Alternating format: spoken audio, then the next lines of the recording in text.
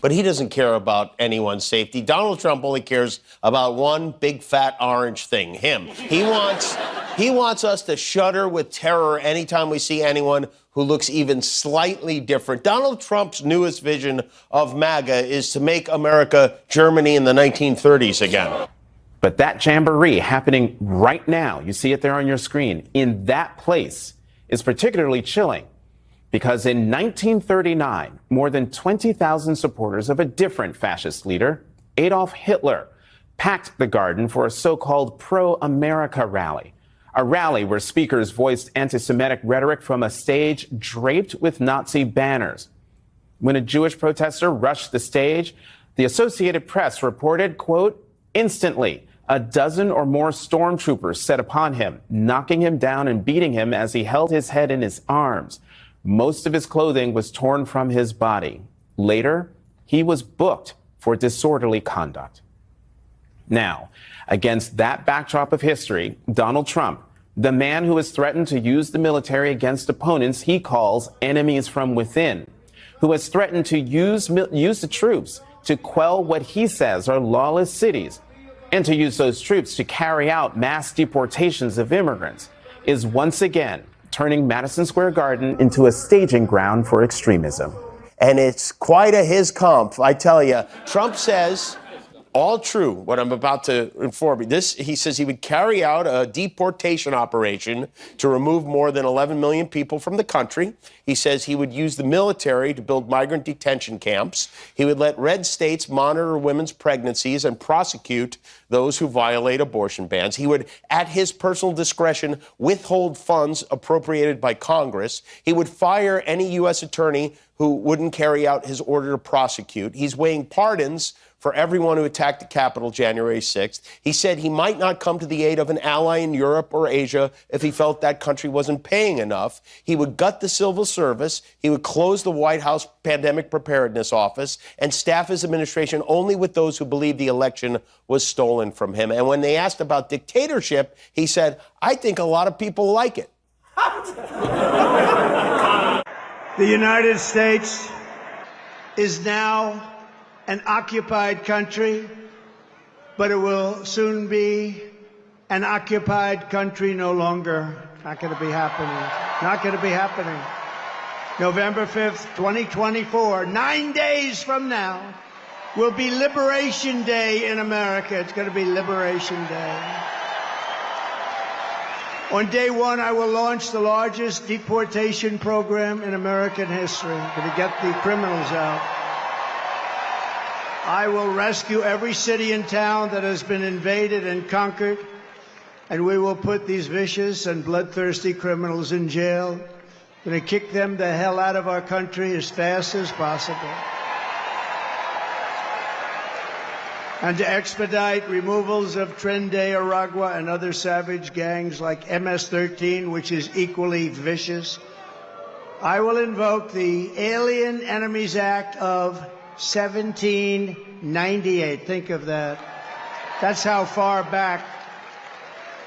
That's when they had law and order. They had some tough ones. Think of the Alien Enemies Act of 1798. You hear that, Mr. Speaker? Get ready. To target and dismantle every migrant criminal network operating on American soil. And there are lots of them. We don't have the same country anymore, you know that. And you know, when you look at the polls and they say about the economy and they have all these different things, the worst nightmare that we're facing is what they've done to us on our borders. The man who knows rapists, I'll tell you that.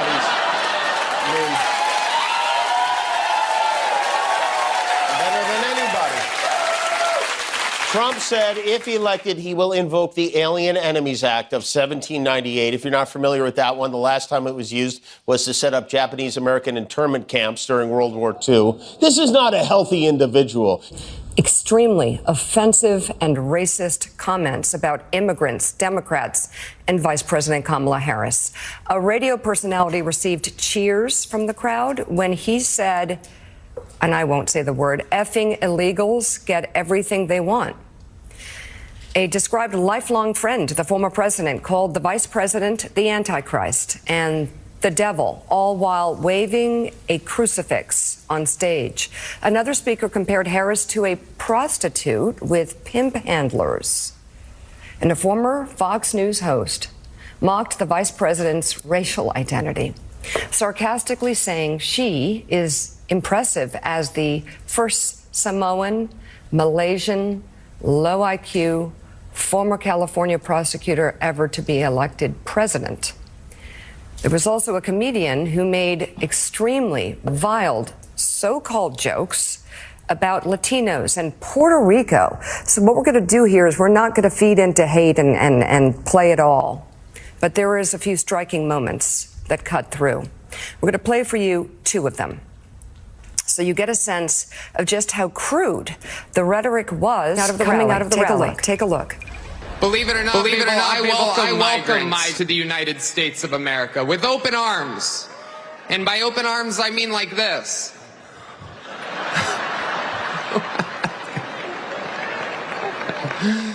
It's wild. And these Latinos, they love making babies too. Just know that. They do. They do. There's no pulling out. They don't do that. They come inside, just like they did to our country. There's a lot going on. Like, I don't know if you guys know this, but there's literally a floating island of garbage in the middle of the ocean right now. Yeah. I think it's called Puerto Rico. Okay. All right. Okay. We're getting there. And so you heard the laughter. In a statement, the Trump campaign senior advisor tried to do a little damage control with Puerto Ricans, saying, quote, "This joke does not reflect the views of President Trump or the campaign." As a quick related aside, yesterday, Vice President Harris was promoting a new plan to help Puerto Rico's economy during her rally in Philadelphia.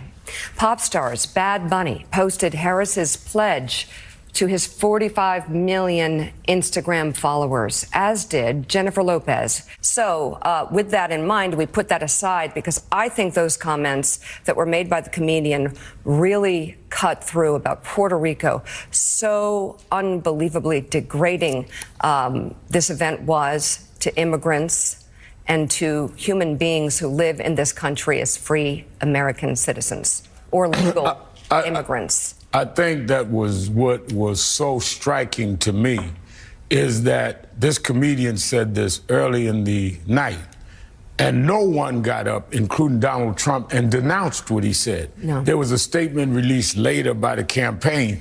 How do you let someone get on the stage and say something like that, and no one refutes it, as people in the audience laughed and cheered about it? It cut through, didn't it? I got calls all night because we work very closely with Puerto Rican leadership, and it reminded a lot of them of when Donald Trump was president and there was a real big storm that had destroyed part of Puerto Rico. Right. He went down and threw towels at them. Mm-hmm. So it was consistent with what he said.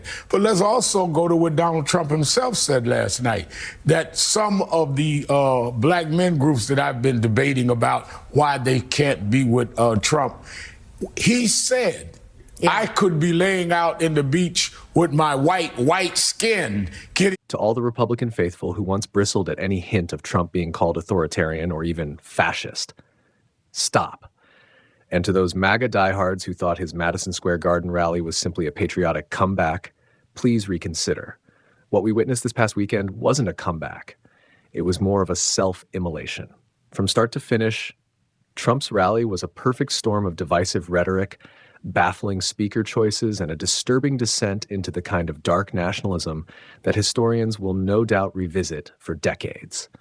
The gathering was meant to portray Trump as the returning king of New York, but in truth, he's no closer to the crown than he's ever been.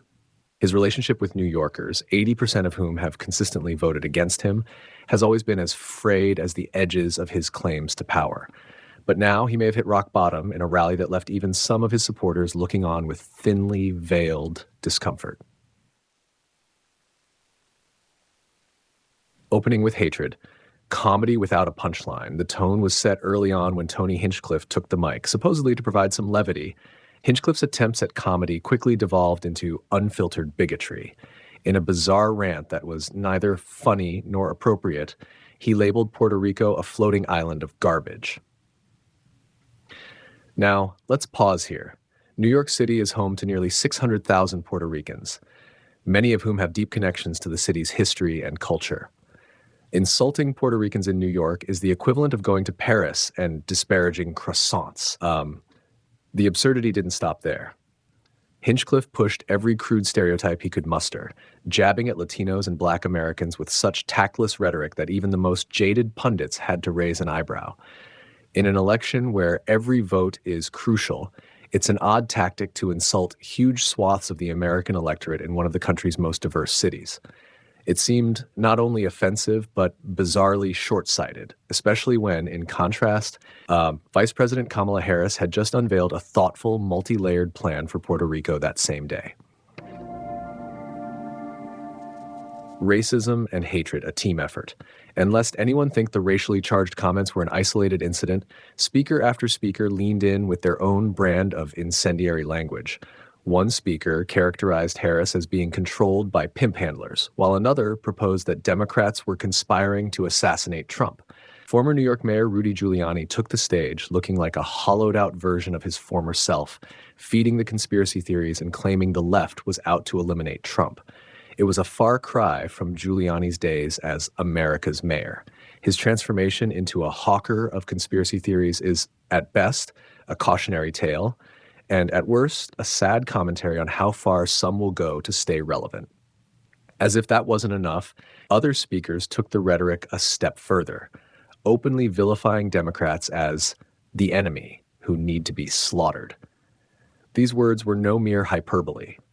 The inflammatory language wasn't lost on the crowd, whose reactions seemed to alternate between cheers and thinly veiled discomfort, with a few visibly unsure of what to make of the increasingly surreal scene before them. Then Stephen Miller, never one to miss an opportunity for divisive dog whistling, provided his own America First take, warning that America is for Americans and Americans only. His words echoed an eerie sense of exclusion, tapping into the same rhetoric that has historically led to far darker chapters in the world's history. In a room filled with people from every walk of life, it was a disconcerting reminder that nationalism in its ugliest form still has a stage. Trump's allies, the bizarre supporting cast among the audience and on the stage, Trump's strange array of allies showed up to add their own chaotic energy to the event. Elon Musk, America's favorite erratic billionaire, showed up and, perhaps unironically, chimed in about the need to control illegal immigration. Recent reports, however, suggest Musk himself may have skirted some rules on his own journey to U.S. citizenship. The irony wasn't lost on anyone who had been following the news, as Musk seemed oblivious to the hypocrisy. If any details of his citizenship had been misrepresented, he'd not only face scrutiny for his security clearances, but could also find his status in the U.S. jeopardized. Little wonder, then, that Musk appears to back the one political figure who might shield him from these potential pitfalls with a hasty pardon. In a scene that would have been comedic if it weren't so. Ceasefire with Hamas, while Hamas has made public statement which seems to indicate that will not accept the deal unless a permanent withdrawal is added. Blinken claimed internal discussion suggests they are close to an agreement. So we will see what ends up happening. I wish that war would end.